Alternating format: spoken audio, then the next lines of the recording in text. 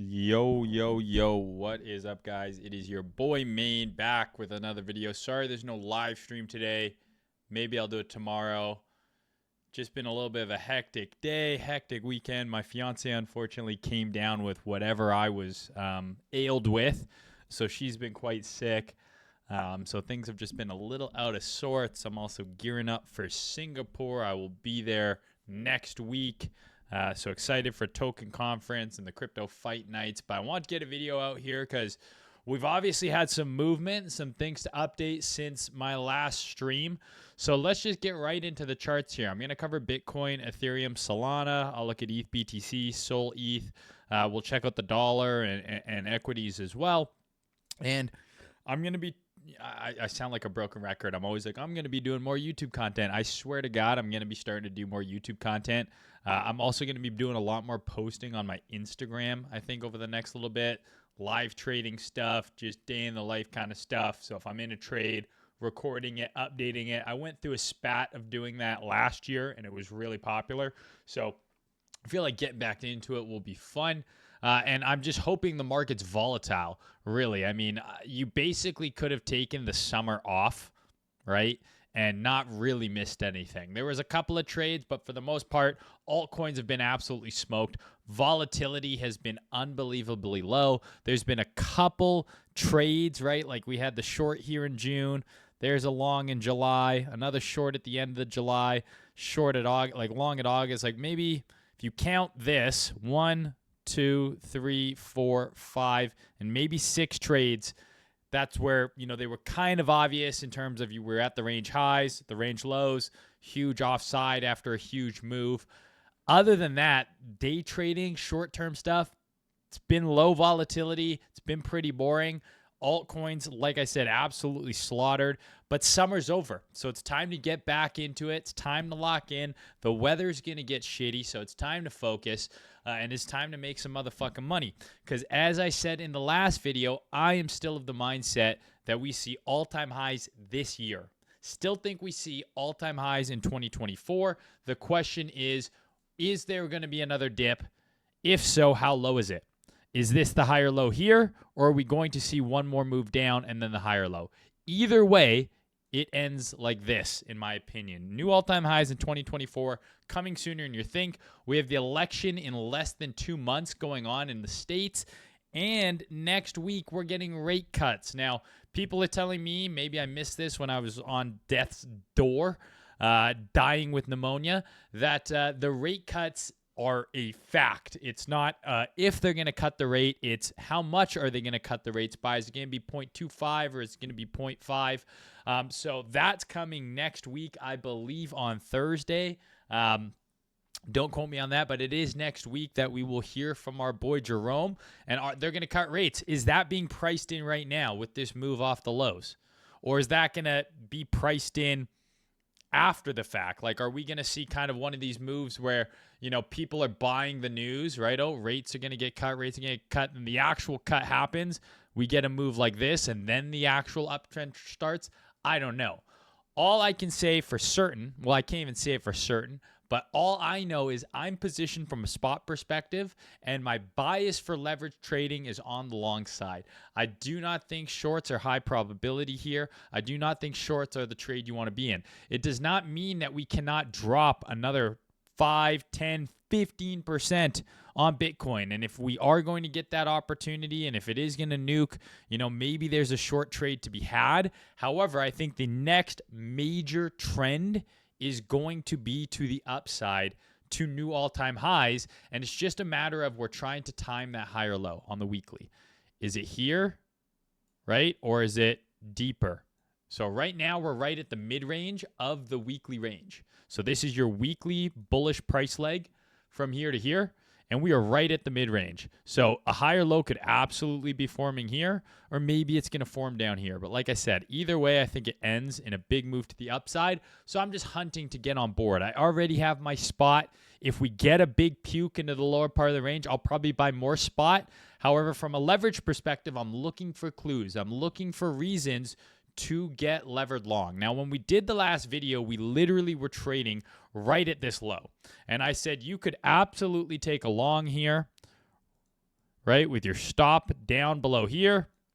And you could target all-time high. I said, I'm not personally taking this trade because I'd like to get in with a little bit of a tighter stop. It would be poetic justice if that was the absolute low and I just decided to not long it when I was staring at me right in the face, because we very clearly have, an over-under here, right? We're retesting that demand here, right? That weekly demand. We're retesting that. We've got an over-under. We've got an inverse head and shoulders, whatever the fuck you want to call it. So there's a setup to be had here. You could take that trade. Right now, I'm looking for the H12 to flip bullish. So there's a couple ways that I see that happening. One is we simply reclaim this high. Okay, now you could argue that this is the H12 swing high right here, and we've already broken it. Sure. I don't discount that. However, I think this is the more significant swing because the order block that caused the move down is here. So to me, if we flip this, it's pedal to the metal, green button smash. We're probably going to start aggressively trending upwards. And then your invalidation is just that range low, and it's just following that move up. And perhaps we get a break above here. We get a pullback, and then we're above, and then you can actually have an even tighter stop, right? So above there, I think you get bullish. Based on this right now, we've had a little bit of a, we are in a bearish price leg on the H12, right? So this is a high and then a low. So this is a retracement into a bearish order block here. So you could have probably shorted this on the SFP. If you look at the H4, right, that's looking like a decent rejection and a sweep there. So that is something to watch here. We've got an SFP. We're getting some weakness, right? So you could argue that this is going to now sell back off. But I personally would probably be willing to take a long on some sort of correction here, right? So I don't know if it comes all the way back below these lows, but maybe if we come back into 55K here, right? And the reason I like that area is because if you go to the H12 here, right, you have this potential order block here. So I would probably, if we come down here, I would probably long this with a stop down here and target a new high. Like that's a trade I'd probably be willing to punt on if it comes back. I don't know if it will, right? But that's plenty good RR, because if this bounces here, I think the likelihood really is it's going to go up to here and then eventually all the way back to the range high. Now, this could be the rejection here for a lower high. We could come back up and sweep this and put in a lower high. Those are still possibilities. However, I'm much more interested in being long. So I'll be looking here. If we come here this week, you put on Monday's range as well. And that Monday's low lines up perfectly with that order block. So that is an area I'll be looking for potential longs. And of course, if we run Monday's high, that's a day trade short I would also take. But if we run Monday's low here into that demand, I'd probably punt along there and look for a next leg up. Now, if this is bearish and this is rejecting here, there is a possibility that we run, down below this low, even down below here. But to be honest with you, I think if you longed this and you had your stop here, I'd bring my stop up to here. Because if this is the higher low here, it should not go back below this low, in my opinion. And if it does, then you could probably get a better entry and a tighter stop anyways. So if I would have taken that long I was discussing last week here with the stop here, I think you could probably pretty confidently move your stop to here now, reduce your risk, because I don't think it should go back down that low if it's going to go up. I think if we do come back and take out this low, it's a pretty good likelihood we probably take out this low as well. So we'll have to see. I do think with the rate cut stuff, it adds a kind of macro factor that's a little hard to predict. Are we going to pump into it and then sell off? Is it, or is it being priced in advance and we're just going to fucking rip? I don't know yet. But I do think any sort of pullback into here is probably a long. Sweep of this low is probably a long. And I do think on a day trade perspective, if we get a fade above here, right, early in the week, that might be a short opportunity. But I'm much more interested in catching the weekly higher low. So when you're looking at the chart like this, right, you have your weekly leg, right? We're trying to catch this. And while this is forming, there is going to be a downtrend here on the lower time frames, on the H12, right? On the H4. This is going to be a downtrend. Even though we're just in the process of forming a higher low on the weekly, this is going to be a downtrend on the lower time frames. What you're looking for, right, is that low time frame trend shift, that bullish market structure shift on the low time frame to give you a clue that the weekly is now going to start curling up and that weekly bullish trend is going to continue, because the trend is going to switch on the low time frame first, right? So before the weekly makes a higher low, the H12 is going to be in a downtrend, boom, boom, boom, boom, boom, and then it's going to get bullish. And that's what we're trying to look for. It's no different than using the H12 and the H1. You're looking for the H12 higher low. You're using the H1 to see that shift. Using the weekly and the H12, it's the exact same thing. So we're looking for this to form a higher low, and that clue is going to appear first on the lower time frames in the form of bullish market structure. So hopefully that makes sense. I'm bullish. I think new all-time highs this year. I'm trying to catch the higher low. I'm still fully exposed to my spot Bitcoin and ETH and Solana, and I'm hoping for higher prices, and I'm hoping for the return to easy mode. And if we do get another big washout down into here, I'm still a buyer. Like, we could even come down below here, right? And I'm still looking for reasons to get long, because this box that we are in, I still believe resolves in a massive green candle. Whether it happens from here, or from the fucking low, I think eventually we're going to be trading 70, 80, 90, 100K. So that is where I want to focus, because the deeper the retracement goes, right? Yeah, the better risk reward you have for the next leg up, obviously. But the deeper as the retracement gets deeper, right? Eventually it's going to turn around, at least if I'm right. Of course, anything could happen. I could be completely wrong, but my bias is bullish. But like the risk you run by waiting too long and not using the low time frames is, let's say the higher low is forming right here, right? And you're like, well, I'm going to bid this. What if that never comes, right? You got to have a plan to get involved based on the low time frame, because you don't want to run the risk of being like, well, I'm going to bid 44K.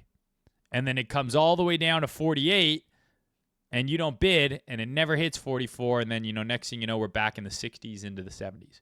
So I'm still of the mindset, new all-time highs this year. I'm still looking for reasons to be bullish. I'm looking for the low time frames to see if I get any bullish clues. From a day trading perspective, I'd fade Monday's high if given. I'd long below Monday's low if given. That's kind of just short time frame, low time frame shit. And that's it for Bitcoin, okay? So Ethereum, again, very similar to Bitcoin. Like, here's your weekly range. It's way weaker. So if you look at Bitcoin relatively, I was about to draw it, but we literally can put them right next to each other like this, right? So these are the same weekly ranges, right? So this is your weekly low to your weekly high, weekly low to your weekly high. Bitcoin's trading at the mid-range. Ethereum's right at the range low. Okay, so what does that tell you? It tells you that Ethereum BTC looks like dog shit, right? And Bitcoin has been substantially stronger than ETH. Simple as that.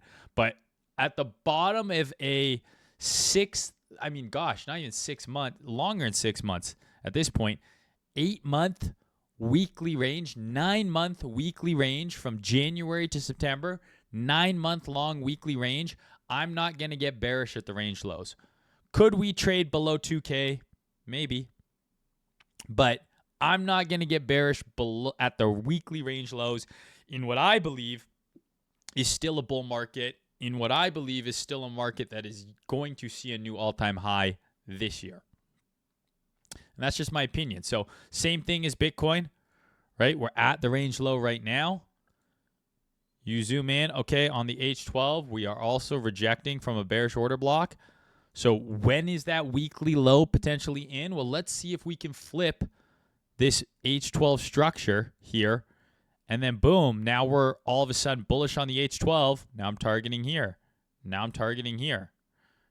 So that's the kind of stuff we're waiting to see, we're looking for. Obviously, if we reject from here, very good chance we take out this low, and that would be equivalent to, Bitcoin probably trading back down into the low 50s again. But we can go up from here. I'd be happy because I still have spot.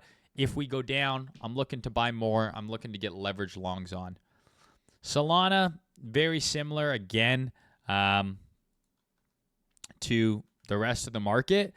It's more bullish than ETH, not as bullish as Bitcoin.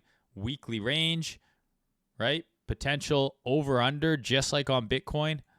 Low, lower, low, higher, low, right? Looks very similar. Low, lower, low, higher, low. We are in the lower part of the range. Similar to Ethereum, we're in the lower part of the range, whereas Bitcoin's at the mid-range. So Bitcoin's been the dominant asset. Regardless of what people tell you, meme coin super cycle, Solana super cycle, Bitcoin has been the dominant asset.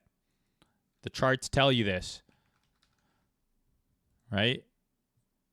Bitcoin, the dominant asset. Is Sol doing well? But this could just be a massive lower high. We don't know, right? A lot of these meme coins, yeah, they did well, but now they're getting smoked by Bitcoin. So Bitcoin remains the dominant asset. And if you're wanting to trade altcoins and you're wondering, when is my altcoin going to stop going down and stop being such an absolute piece of shit, you want this chart to roll over. This chart is just never ending up. This thing needs to puke for there to be an alt season. So if you look here, January 2021, okay?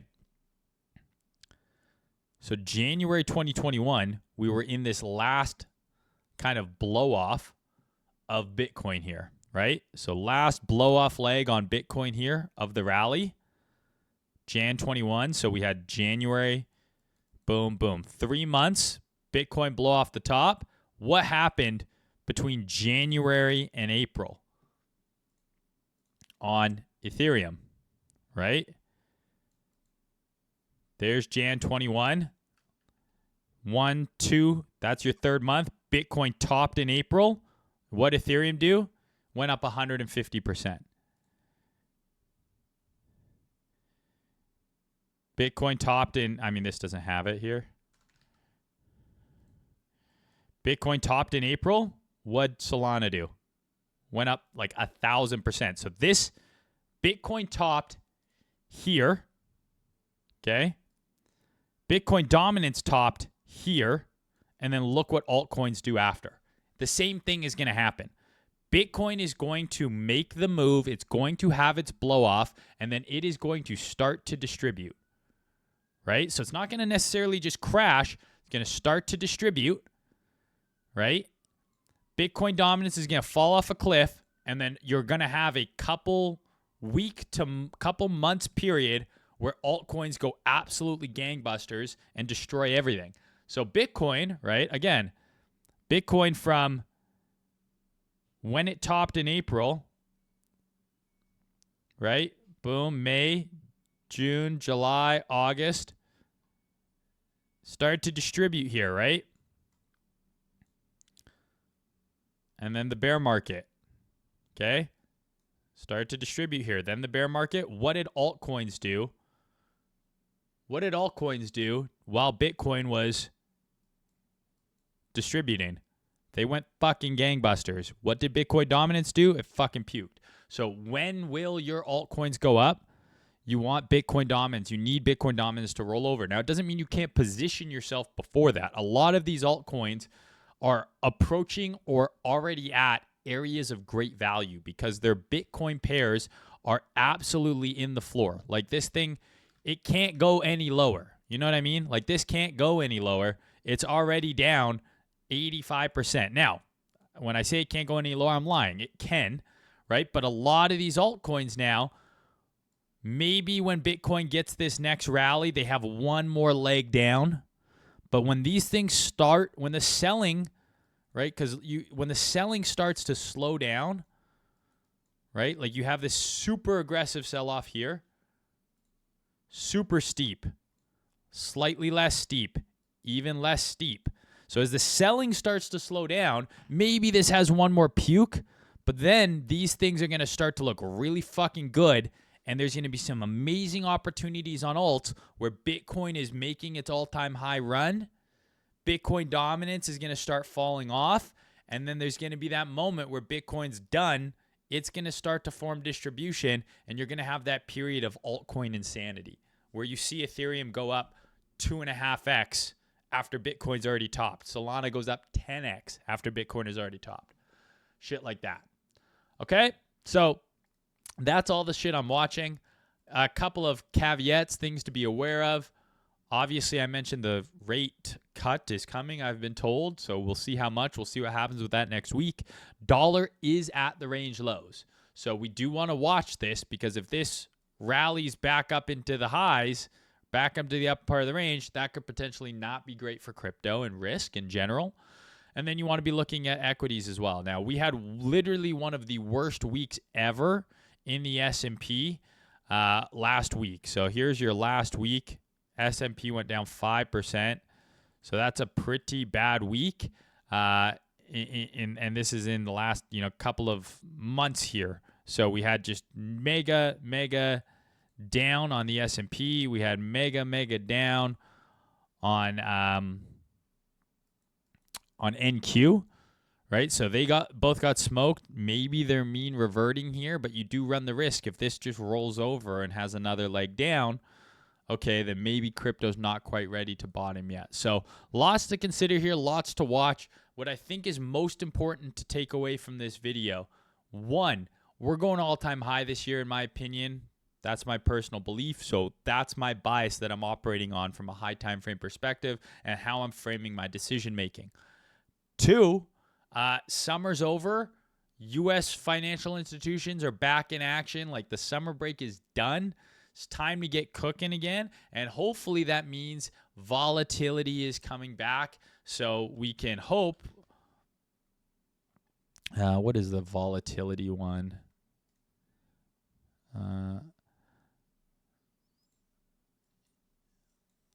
Right, like Bitcoin volatility is pretty low right now.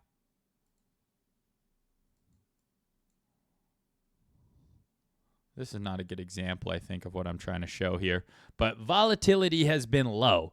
And hopefully it's time for it to come back. Like, I'm tired of this. I'm tired of this shit. I'm ready to go back to this fucking kind of price action, right? Easy mode, rising tide raises all ships, and everything's fun. And everyone's happy, and your parents will finally, look you in the eyes and acknowledge you and, answer your phone calls, because those things you told them to buy at the top that are down 70, 80, 90% are now maybe down just a little bit less. So I hope everyone has a good week. I hope this video has been helpful. We're back. The pneumonia is basically gone, so we're hoping to be back to normal here. Love you all. Talk to y'all soon. Peace out.